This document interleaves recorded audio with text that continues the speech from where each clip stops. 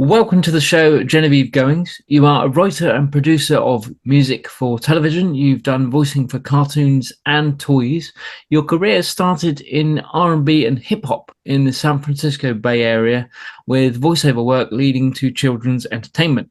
You are a recognized voice in children's entertainment, and you've had over a decade appearing as the conductor in Disney Junior's Choo Choo Soul.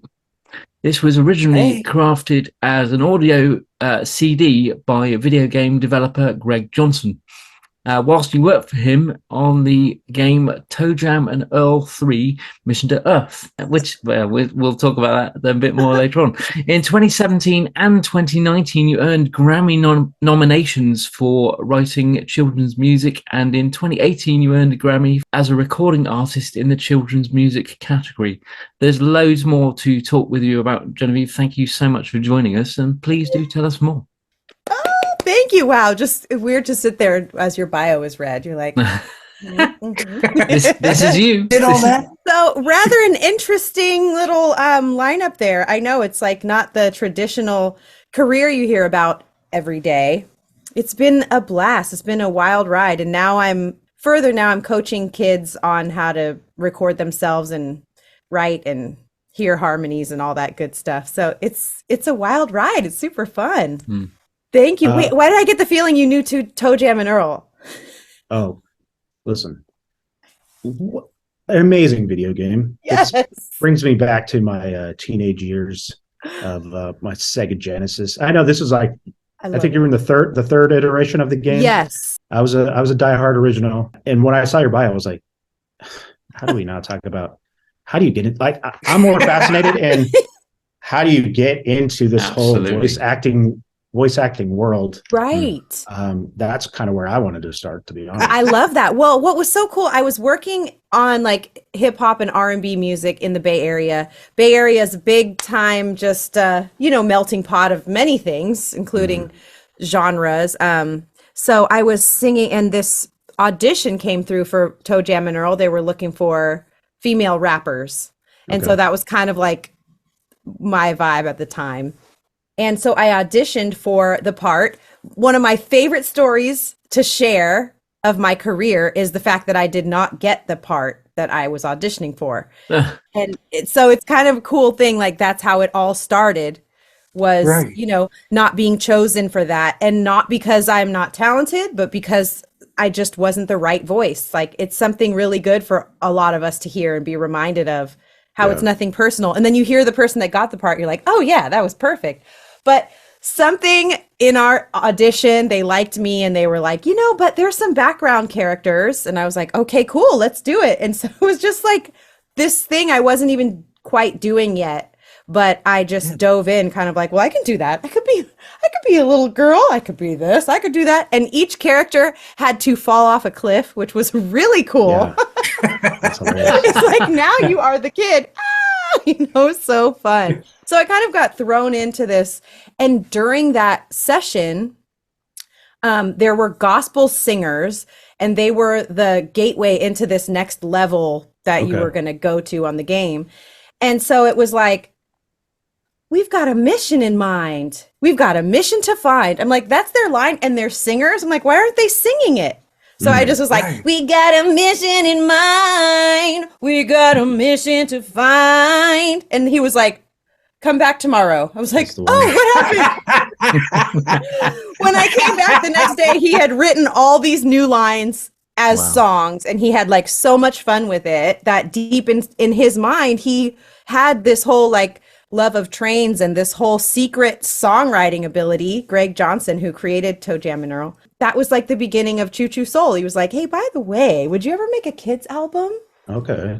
And that's kind of like where we went. But I think the idea was, the first question was about getting into voice acting work. And I think the cool way to do that is to identify that ideal job, then, fake it till you make it. Just kind of make it sound like you did it. It's like, if you want to do commercials, like pick up your makeup thing and just read it in that way. And, it's like just actually making it sound like the job you want is basically how the beginning of making your demo to try to get work for said project. So it's kind of like, rather than waiting to be hired for it, it's just making it sound like you've already done it.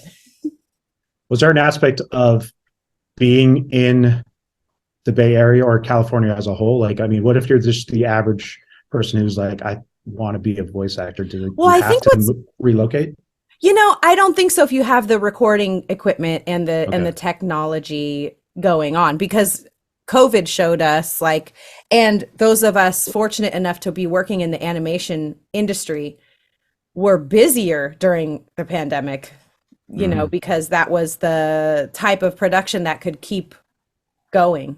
Got it. And so there's so many great technologies. It's fun. I wasn't even going to try to be like a salesman on this, but it's kind of like what I'm showing people, how you can start with something as simple as a USB microphone from your home. Okay, hold on. And now look at that. That's even better. Next? So my co-host here, all right. we are selling I'm in it. USB microphones. Click the link in the bio. Got one Yeah, there the as well, affiliate code. Exactly. But yeah, it's easy to just start that. And then with you, I'm sure you have a recording setup. I'm sure you know the deal. So you just, if you get booked for a gig and you're able to send samples of your audio recordings, a lot of places are cool with that, I'm sure. And there's these programs that they run like plugins. I think we all have worked in recording softwares before. I think so. He's like, before it was a program, baby. Guys, rewind that tape. All right, we're good. Back, all right. back on the 8-track days. And all that. Exactly. Yes, Splice those two together. Let's go. All right. I'm a dinosaur. And I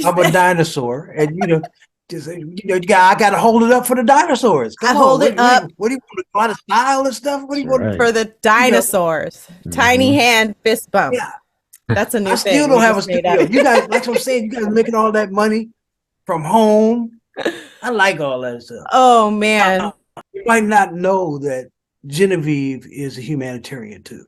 And I love you for that, sister, because we've written some songs on a humanitarian tip. Yes. You know, for George Mark House is the hospital. We did it for that. I mean, it's wonderful. The duets that we've done over the years. I know. It's amazing. And I mean, some of them we co-wrote, some of them I watched in awe while he wrote it in like seconds. And then was kind enough to say we co-wrote it. I'm like, I think I suggested an ooh in there somewhere. It started, with that song started with us at your dad's studio. Oh, right. And then I sent it to Robert, Kenny G's musical director, and he played on it. Oh, that was. And then Kenny played on incredible. And didn't charge us a dime. I know, incredible. Oh, it's amazing what you can do when you're doing good for the world. Obviously, as you guys know, music for global change. That there it is. We're already doing it. You and I were already doing it even before, it came to this right here. But yes, I'm out there trying to like you doing, helping kids and stuff like that.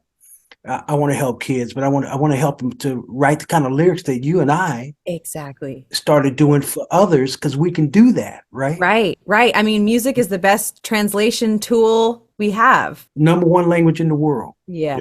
Right. Mm-hmm. Tom, you got a question? Off the back of everything else you've done, your Grammy nominations for writing the children's music that you've earned almost back to back, it looks like, from 2017 right through. You've earned nominations. How did they come about? Was that something that those are collaborations, which I feel just so honored to even be chosen and wanted to be a part of those albums. So two with the Alphabet Rockers, which are this amazing group. You guys should talk with them. Talk about change makers. Oh my gosh, they're just incredible. They are really they walk the walk. They're amazing. And so on their albums, I wrote a few songs with them over the years on those projects, and then some I featured on, some I just wrote on, and so their albums were nominated, and they were just nominated again this year, which is outrageous. Wow. And I got to write on that as well. So it's like, oh my gosh, is this good? I feel like I'm just piggybacking off someone and their Grammy nominations, but that is the way it goes. And then on a fellow artist, children's artist, Tim Kubart, he did an album called Building Blocks, and I was on his Block Party song. So that one I was singing on, and we were kind of featured together. And that one was nominated as well. So just so cool. It's cool that even we have that recognition in the children's genre, because it really is a genre. You know, it's like, and now I have a 2-year-old about to be 3, and I see how easy it is to just like hand them the iPad and go on YouTube and just find whatever. Yeah. So it's like, you really want, you know, it's a genre. Kids, we have to be mindful about what we're playing for them and what we're creating for them, because they are just as cool with just as incredible palettes for sound as we are. So it's like, they don't just need to be sung down to or some rinky dink song. Like, they love music, you know? So it's cool to be acknowledged in that way as a genre. I wish they had a singles category, but we'll wait. How does it feel? I mean, what is it like? 15,000 kids out there in front of you? What does it feel like? Man, you mean performing live? Yeah. Oh, it's so great. I mean, it's been a while since it was that many in an audience, because I haven't been touring as much, and but it's just incredible. It definitely, it's changed me as a songwriter too, because when you see the kids in the crowd, it's like they want to be involved and they want to succeed immediately, you know? So if you're going out there with this whole, like, I'm this incredible musician, check out this chord progression and check out this modulation I did. And they're just like, how do I sing along to that? Yeah. You know, you can find the right place, but really, like, just starting out right from the beginning of the song, this is how I want it to go. You know, it's like 1, 2, 3, 4, 5, 1, 2, 3, 4, 5, 6, 7, 8, 9, 10, 11, 8, 9. You know, they're already like, I know what to do and I'm doing it. I'm a part of it. So I wouldn't have learned that part of it without doing it live, you know, just to see, like, let's get them to sing along. Let's show them how we want them to be involved. And then over the years, I've met families and kept in touch with them. I've made incredible friends through this all, and it's crazy. Parents, and, you know, watching these kids graduate from high school, and I'm just like, oh my gosh, you were jumping with me on the train. You know, it's really cool. Choo Choo solo was like, what, 06 something? Yes, that was it when it first came out. Yep. Okay, so yeah, my son's 17, so he would have been right in that age. Oh my gosh. Where he probably, I'm gonna play this back for him today. And be like, just play the little all aboard the Choo Choo train line and see. It's been great too, because I had like this reacquaintancing myself. I don't even know if that's a word, on TikTok, where through the pandemic I kind of like came on TikTok and I was like, hello, like opening a door, and they were like, oh my gosh, you're my childhood. It's so good. You're that demographic. Like, you're massive on TikTok. I checked out your TikTok and I was like, people just like finding you, they want to sing with you and stuff. I was like, oh, outrageous. Okay, yeah. So cool. So fun. I love that song about inside voice and outside voice. That right there is the exact, like, that's my method for teaching. It's like, we're going to make them scream, but we're showing the difference between inside and outside voice. So fun. I love that one too. And the potty song. What was that? Going to the bathroom. Gotta do my business. Hilarious. You know, I'm like that. There's something so special about that, and I thought, you know, I could probably put that out on TikTok or something. It might. I don't know if I want to be known for that, just for that song. Yeah, but it's pretty clever. That can go sideways pretty quickly. It can down the pan, as it were.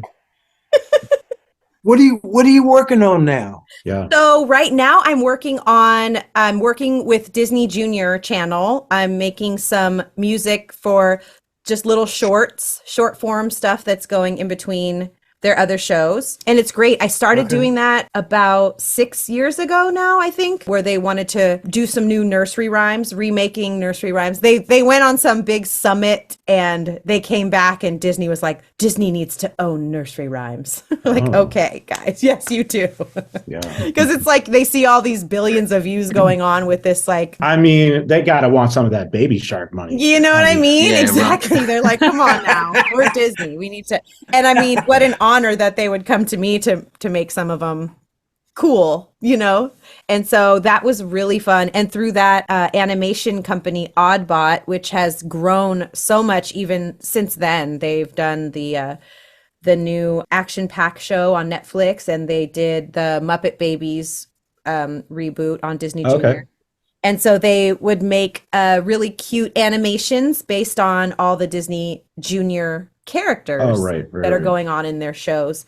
And so through that, then we moved on doing Ready for Preschool, which is another short form show with like tying your shoes, morning, afternoon, and night, places in your town, things like that. And then now we're going to do a little bit of just some fun songs for the Disney 100 anniversary. So it's been a blessing, amazing. And it's great to move into the producer role because I've been kind of backseat driving for a long time as far as production. Right. So the pandemic certainly helped me with that too, where it's like, you can engineer it, you can mix it, you hear the bass line, do it. You know, it might take me longer than others, and then I've released some independent songs, independent with a small label called 8 Pound Gorilla, and done some kids songs. I did a Christmas EP last year that's going to come back around again this year. Crazy for Christmas Lady, kind of fun, like going from being the young artist into like the crazy mom. So that's really fun. That's a song about, you know, the lady who has Christmas everything. It's just Christmas explosion, lights everywhere, ugly sweaters. I think you told me you was writing for other countries too, right? Well, yes. So I did work for Disney English, where they were teaching English in China as a second language. And I wrote a lot of musical curriculum for them, which was really cool to think about it that way. That was like songwriter 101, because it was like, here's what they need to learn. And here is the property we're going to teach it within, like make it sound like Lion King, make it sound like Peter Pan, make it sound like Aladdin. And then here's the list. Here's a spreadsheet of the only English words that they know so far. So you're like, okay. Yeah, that was incredible. That was my songwriter college right there, I would say. It's like I work really well from like creative briefs where it's like it needs to have this and that, to where when I'm trying to write and release my own music, I kind of have to do that to myself. You know, it's like, okay, I want it to give me royalties forever. So let's attach it to a holiday. And then what's the idea? Yeah. Let's say this, and that. It's like I'm telling my own self, like, this is your to-do list. So I really want to next year, like, just write songs just for fun. But now, do you do adult music anymore? I do write. I have friends that will write, you know, adult pop R&B songs, and for pitching them out to other artists and TV and film and things like that. I haven't been doing it as much, but I do love it. And a lot of my hip hop and R&B, you know, friends that are doing adult music still, I'll sing backgrounds on their stuff or sing on the hook, or that's how I started, was singing on rap hooks. So I still love doing that.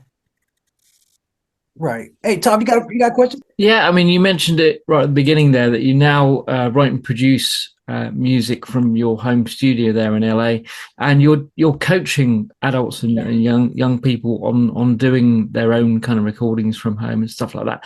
Firstly, how did you get into that and get the idea to start doing that, and also how is that going? And tell us a bit more about that. It's funny. I would do this for fun. We would have friends come over. It would be a very different setting. They would like have some beverages and just a bunch of fun. And I'd be like, come in the studio, come on, go over there. Now say this and say that. And I've always just loved that aspect of recording. And I've noticed in living in LA, and slowly I'm not a professional voice coach, but I certainly have a lot of experience and techniques and things to share. And so I had clients, they would just coach with me. You know, it started with just their parents asking me like, she has an audition, or can you do this or that? So it kind of started there. It's like it showed itself to me that over time, and I would notice a lot of the same questions I would hear from people a lot, which I've noticed over like different sales trainings and things. They tell you kind of like the napkin test. It's like, what would your online course be if you were to sell one? It basically, if you could write down 5 questions people ask you the most on a napkin, and then you take those blocks and turn those into your thing. So I was realizing that I was hearing that a lot from people. My daughter loves to sing. How could I set up a studio for her? And so I realized that I was hesitant to dive in and call myself a coach in just as a singing coach. But I realized like, no, my strength is in the actual recording, you know, in the program and editing. And that's how I can help people. So once I had that light bulb, I was like, okay, that's what it is I'm doing. So, and there's free programs now. There's GarageBand on a Mac. On a PC, there's a program called Audacity. And so I use Pro Tools, but of course then there's Logic, Studio One. There's so many different programs, but they all essentially do the same thing, which is multi-track recording, so that you can play a music track and then layer your voice again. And for kids, especially working, a lot of my clients here in LA, they have agents already. They're getting auditions. And what happens a lot is the kids will get an audition. Let's say it's for a Disney show, and it's like, okay, here's the script of what you need to say, and then here's a song. They'll send them an instrumental, the full song, and just the vocals only.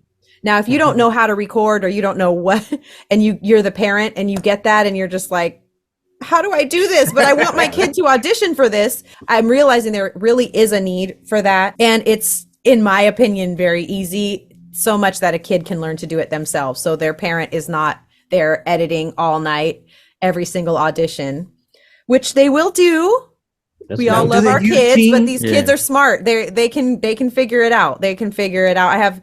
I have clients that are 10. I have one that's 8 that I helped her do it all. Like they can figure it out, you know? Yeah. And so that's good money too, huh? It can be all right per hour. You know what I mean? Kind of lucrative. It's a good bit. I feel good about it, and they feel good about it. You know, it feels fair. So you know what you probably just need is just some scripts. It's like, it all starts with that. You're like, oh, this is all you say? You know, it's just like, well, what do you make them up yourself, or? I do for some of my like classes. I'm actually about to do group workshops. I keep just saying I'm going to roll this out. I'm trying to find a time because there's all these different time zones in this beautiful world. But yeah, just like getting in groups and trying out those lines and hearing how there are notes in spoken words as well. Right. So it's like, if you're just reading something like, oh no, it can't be this. We have to run. Where are they? My mom's coming. Hurry up. You know, like all that sounds exactly the same. Learning how to be like, oh no, they're coming. Oh, wait, my mom's here. It's okay. You know what I mean? It's like taking them on this ride. I can see the animations in my head. Yeah. This is why I have wrinkles over my eyebrows. Because I also act with my face. I can't get off this Disney tip. I mean, okay. I got 2 questions. The first one was real simple. Do you ever have to wait in line at Disneyland, or you just get to cut? Yes, I am nobody when I show up. And people stare at me like, it takes like the whole line at, Space Mountain. And then once they get off, like, I'll be like, I'm trying to get all aboard these rides. But I used to, exactly. I used to have the free pass get in all the time. That's because I was actually an employee. Yeah. So now I'm doing contract work. It's a lot. If they had to give every contractor a card, I get it. But I still have some free. I haven't paid for a while to get in, but I can't go whenever I want. Right. And I do wait in lines. Yes. Second question, real quick. All right. Bob Iger's back in charge at Disney. Do you have, all right, SEC, don't listen to this if you're watching YouTube. Do you have any insider stuff that I should be like buying, selling? Are they going to sell to Apple? Who knows? You know what? You can't go wrong with Disney stock. That's not a secret. Right. Over time, it's the long game of Disney. I mean, I can't imagine a world where Disney is canceled or taken down. I don't know. I've never met such fanatical people. Disney, right? Fans. I know. It's smart. Yeah, so I mean that whole thing is so interesting. I probably in another 6 hours from here, my dad's eyebrow is twitching. He manages me. He's like, "Don't say anything on the show." This is YouTube too, so you know what I mean. We're trying to get these. We're trying to get these views. We're trying to get these views. Trying to get these keywords in. People are like talking crypto. Oh, okay. Yeah, exactly. So. She's not saying don't. She's not saying buy, but she's not saying don't buy. You know, who knows? I'm definitely not saying don't buy, but I certainly don't have any insider. All right. Anything. I tried. YouTube. Other than the 100-year anniversary is next is 2023. Okay. I would assume merchandise and things would be. When you get your new music done, will you come back on? Oh my gosh, yes, please. Hello. I will be here. We'll do more of a performance thing. Can we all do like a I'm ready. Got to do something together. Yep. It's time. We want to promote what you're doing. I love you so much. We've been knowing each other for years. I know, it's crazy, and you've helped me a lot. You helped me really to take that step from I wish I could into I'm going to. I mean, you was born with it. You know, I didn't do nothing but like keep going. That's all I can say. You know, just keep going. Get out of this corporate job. What are you doing at this insurance company? You need to get. We used to go get Vivi when she was working at she was working at an insurance company, and people would tell her like, "Why are you still here? What's wrong with you?" Right? We go pick I know. I'm at the meetings. I'm just like, and this your additional death and dismemberment benefit. Hey, Dad, you hit her with the nickname and everything, man. All right, you guys are. Listen, I love you. I love you too. Thank you guys so much. How fun! Thanks for coming on. I felt like I was talking about myself the whole time, but I suppose it's an interview. That's all right. That's why we asked you to come on. You know, come on. But I love it. I am so excited to be here. Thank you so much. Have a great day. Thank you so much. Hey, bye.